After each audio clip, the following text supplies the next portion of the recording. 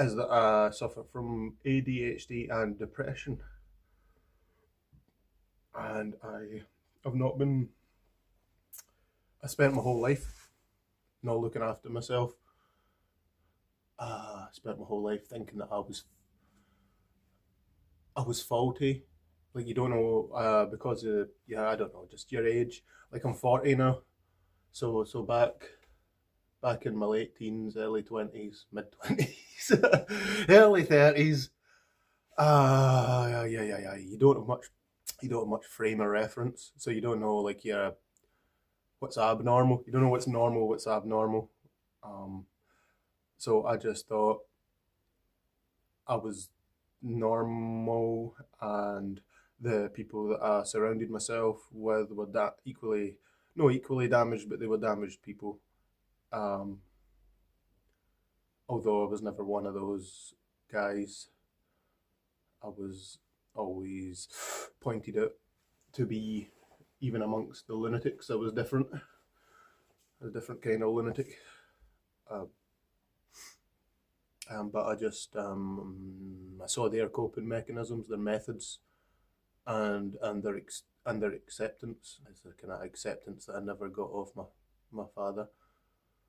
And these these characters, they've got a low bar for social acceptance, and that suited me just fine.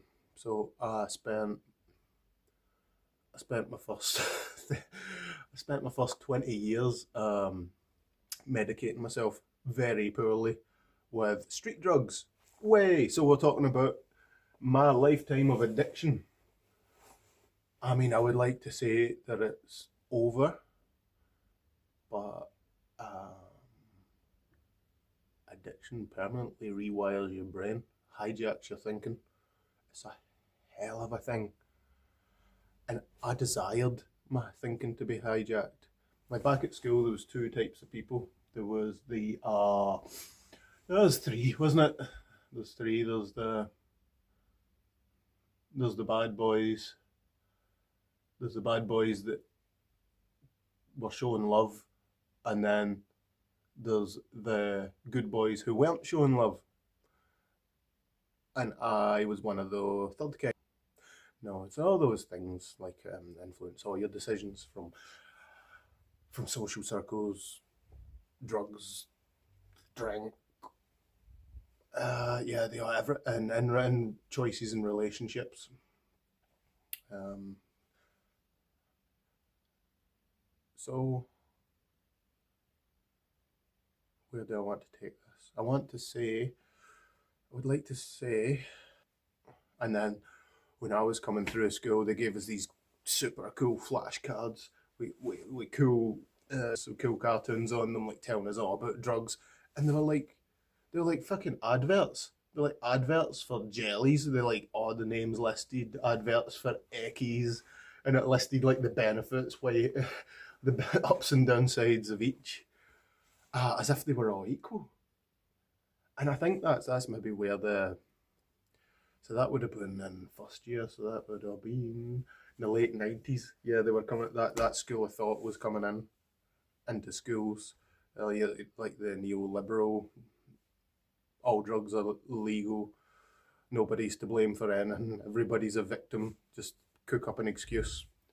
So yeah, so there was the bad boys who were just like straight into weed and coke and pills at from age 11 upwards. And then there was the boys who didn't, and then there was the boys like me who wanted to, but but were socially excluded, so we couldn't. So I ran away from home virtually. My parents dropped me off. Like we all knew I was running away from home, but they drove me. They transported me from my home, patted me on the head, and said, "Right, there you go, son. Zero prep. We know this is a terrible decision and the wrong thing, but there you go. There you go. Away and make a huge mess of your life and fuck it up." So I bought weed off a couple of kids and truant boys in Nottingham, took it home to my housemates, who I had hidden from for 6 months. They didn't even know me. But as soon as I had weed and I needed somebody to roll it, I was like, ooh. And they were fine. That was it. That was the breakthrough. So instead of being a passenger in my life, weed, like my first weed experience, I spent like 3 years curled around a toilet system, having the best time of my life. And something changed. Something changed, and I never went back. And then long after that, like probably after that first experience, I would have been permanently rewired. But then the addiction comes in, the social aspect, or the trickery, that accompanies the lifestyle. Like, it shouldn't have been a lifestyle; it should just have been an experience. But when you're an empty vessel, then temptation, you just want to repeat. At what? Let's do it again. At what? Let's do it again. And long since stopped working. But honestly, 25 years later, I still struggle with THC use. Like, yeah, it's sad.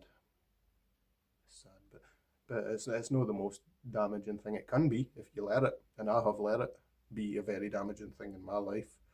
But the word let, like, I'll go down the left eye. What do you mean by let? And these are just words that mean nothing. No. It became a destructive, damaging force. It's it's a double-edged sword. It gives and it takes away. And it gave me social ability, but it took away mental stability. And I stuck with it. But then, because of the side effects and the company I was in, I then graduated. Like, there's a lot of truth to it being a gateway drug. And so then I had to supplement the weed with amphetamine, because that guy Quinn had flooded the UK with cheap speed. So speed was the thing. It was cheap, freely available. It was going around the social circles of misfits and punks that I hung about with. And that was fine until those guys fucked me over. He climbed in my window and, like, robbed all my weed. Just like threw everything around the house. And stole a bunch of stuff. Like, everybody, we knew it was him. I don't know if he was ever charged with it. Because of that, my access to amphetamine stopped. And then I made a friend with another deeply damaged man who was a taxi driver. He's a mad Glasgow man that came down to Ayrshire to open a bakery with his family, and he brought acceptance. He made me care about things. He made me care about music. He made me care about books. He made me care about culture. I mean, he was a force for such creativity and good and life in my life. But it was fueled by cocaine. And I didn't become addicted to cocaine immediately. Like, but through the friendship, the cocaine use increased. And then I was, like, throwing him 20 quid a couple of times a week just to pay for my bit. And then and then I was buying it. And then, yeah, and I tried to ruin my life. And almost ruined my life with cocaine. Like, it got so bad that I would wake up at like 5 a.m, roll over and have a line so that I could go back to sleep. Like, is that not the most batshit thing you've ever heard? But that's how things reverse. That's how things reverse. You're not doing it to feel good anymore. You're doing it to stop feeling bad.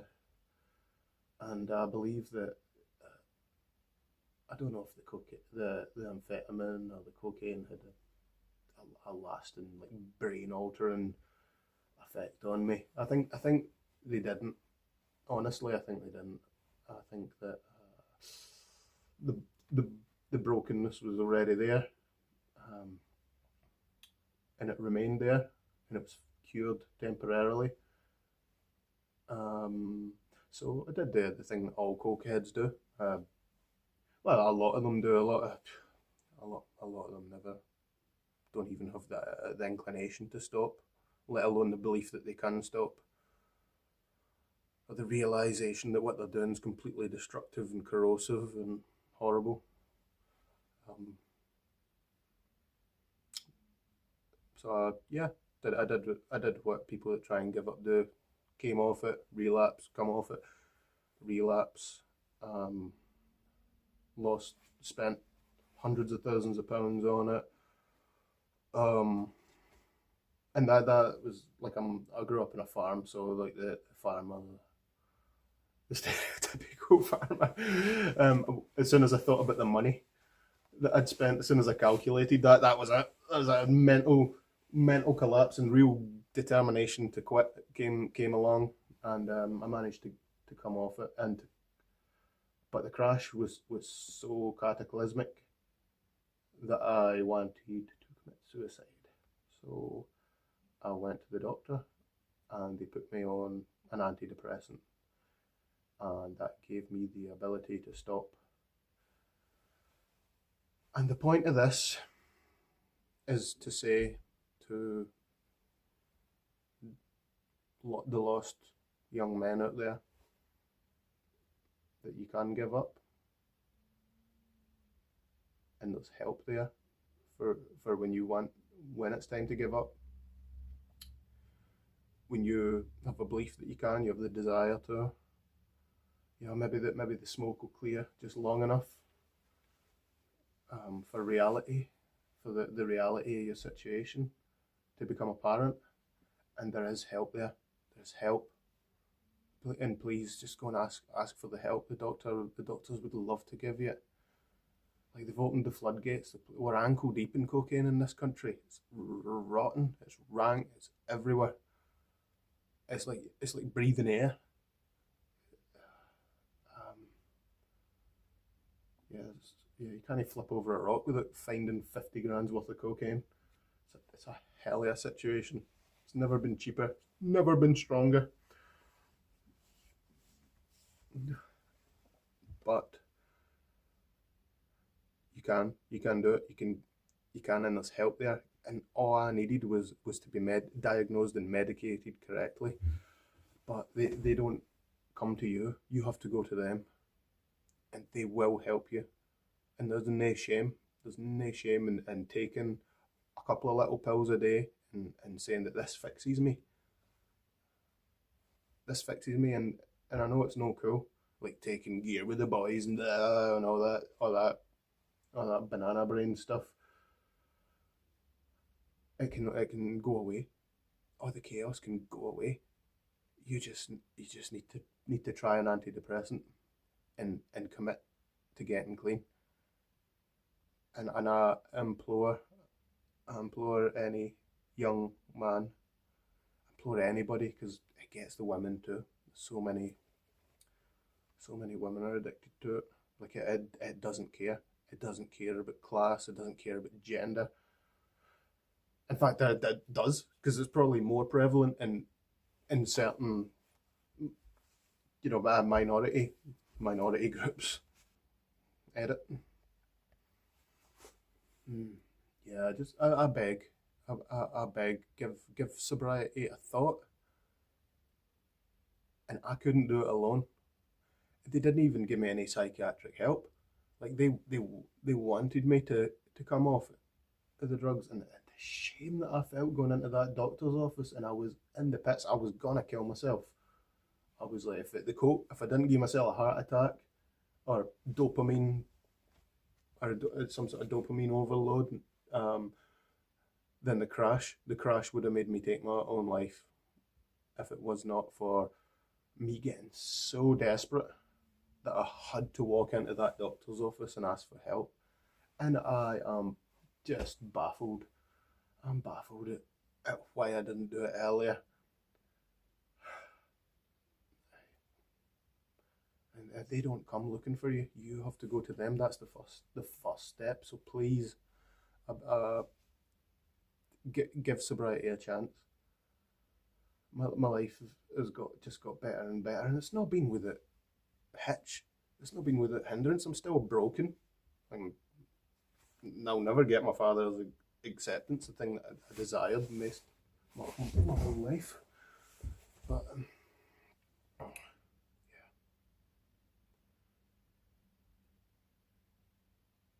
yeah, it could all have been fixed. It could have been fixed so easily. And I could have been living the real version of my life instead of this broken, destructive half life I ended up with. And yeah, I can lament it forever. I can cry and blame. Um, and there are tears to be shed, and there's blame. There is blame to be pointed.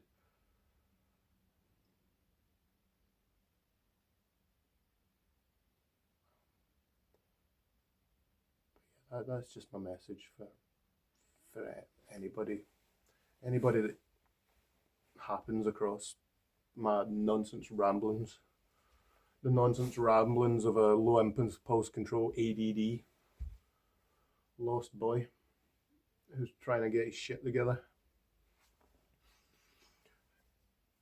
Yeah,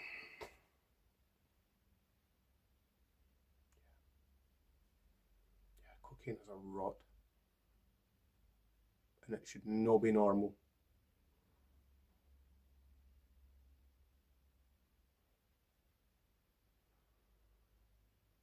Please get it out of your life, please.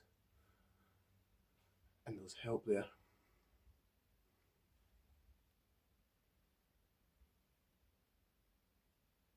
My heart breaks.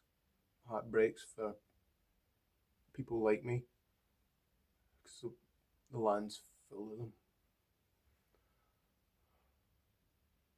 And my heart breaks for parents who lose children to it, literally and figuratively.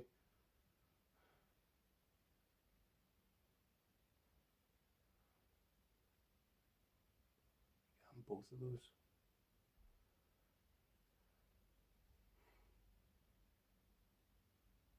As a dad, as a single dad, yeah, I can't talk about this right now. That's the point I wanted to make. Is please get help. If you're taking cocaine, there is chemical assistance to get you off of that shit, and it will save your life, and it will guide you back to the life you should be living, and it's never too late.